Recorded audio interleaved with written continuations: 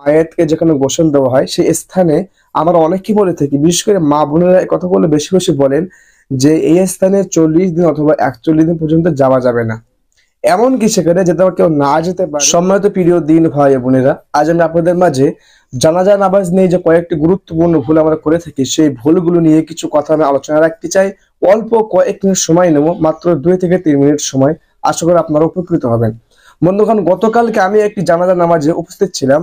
মানে আমার একজন আত্মীয় ইন্তেকাল হয়ে গিয়েছে, আল্লাহ রাব্বুল আলামিন থেকে জান্নাতবাসী করুন। তো আমি এখান থেকে বাড়ি থেকে যখন জানাজা নামাজের উদ্দেশ্যে রওনা হলাম, সেখানে পৌঁছলাম, মাগরিবের রক্ত হয়ে গিয়েছে। যখন মাগরিবের রক্ত হয়ে গেল, মসজিদে আজান হওয়ার পর আমরা মসজিদে চলে গেলাম মাগরিবের নামাজ আদায়ের জন্য। আমরা মসজিদে গিয়ে মাগরিবের নামাজ আদায় করলাম এবং আমি খেয়াল করে দেখালাম যে মাগরিবের নামাজে মসজিদে মুসল্লির সংখ্যা ছিল 30 থেকে 40 জন হবে। তারা জামাতে নামাজ আদায় করেছে। তো তারপরে মাগরিবের নামাজ পড়ে মসজিদে এলাওয়ান করা হলো যে এখনই জানাজা নামাজ শুরু হবে। তো আমি দেখলাম সেই জানাজা নামাজে প্রায় শত শত মুসল্লি, মানে 200-300 মানুষ সেখানে উপস্থিত হয়েছে জানাজা নামাজ আদায় করার জন্য, মানে সেই মায়েতের মাগফিরাতের দোয়ার জন্য তারা সেখানে উপস্থিত হয়েছে।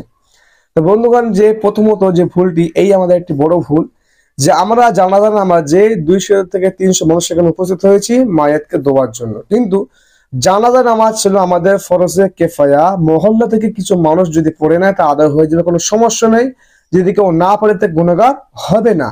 কিন্তু মাগরিবের যে নামাজটি ছিল আমাদের উপরে ফরজে আইন, 3 রাকাত মাগরিবের ফরজ নামাজ, এই নামাজটি পড়া আমাদের জন্য অপরিহার্য। সেটা আমরা না পড়ে ফরজে কেফায়া জানাজা নামাজ নিয়ে আমরা ব্যস্ত হয়ে পড়েছি। ওটা গুরুত্ব আমরা বেশি দিচ্ছি, কিন্তু গুরুত্ব হচ্ছে ফরজে আইন, কিন্তু এটা আমরা গুরুত্ব দেই না। একটি বড় ভুল। জানাজার মূল উদ্দেশ্য হচ্ছে মায়েতের মাগফিরাতের উদ্দেশ্য, আপনি তার জন্য দোয়ার জন্য আপনি উপস্থিত হয়েছে, কিন্তু তার আগে আল্লাহ তাআলা আপনার হুকুম ফরজে আইন সেটা আপনি ছেড়ে দিয়েছে। তাহলে আল্লাহ তাআলা আপনার দোয়াটা কতটা গ্রহণযোগ্য হবে দেখবে। আপনি আল্লাহ আদেশ অমান্য করছেন প্রথমত। তো একটি বড় ভুল, এই ভুলটি আমাদের শুধরাতে হবে। আগে ফরজে আইনটা গুরুত্ব দিবেন। যখনই আমরা কোনো জানাজায় শরীক হবো, আমরা সামনে ফরজ নামাজটা আগে আদায় করবো, তারপরে জানাজায় শরীক হবো, এটা খেয়াল রাখবেন। তো প্রিয় বন্ধুগণ, আরেকটি কুসংস্কার হচ্ছে যে মায়ের যখন মারা যায় সেই মায়েতকে যেখানে গোসল দেওয়া হয় সেই স্থানে আমরা অনেকেই বলে থাকি, বিশেষ করে মা বোনেরা এই কথাগুলো বেশি বেশি বলেন যে এই স্থানে 40 দিন অথবা 41 দিন পর্যন্ত যাওয়া যাবে না। এমনকি সেখানে যেতে কেউ না যেতে পারে, মানে কুঞ্চি কাঞ্চা দিয়ে কাটাকুটি দিয়ে সেখানে স্থানটি ঘিরে রেখে দেয়।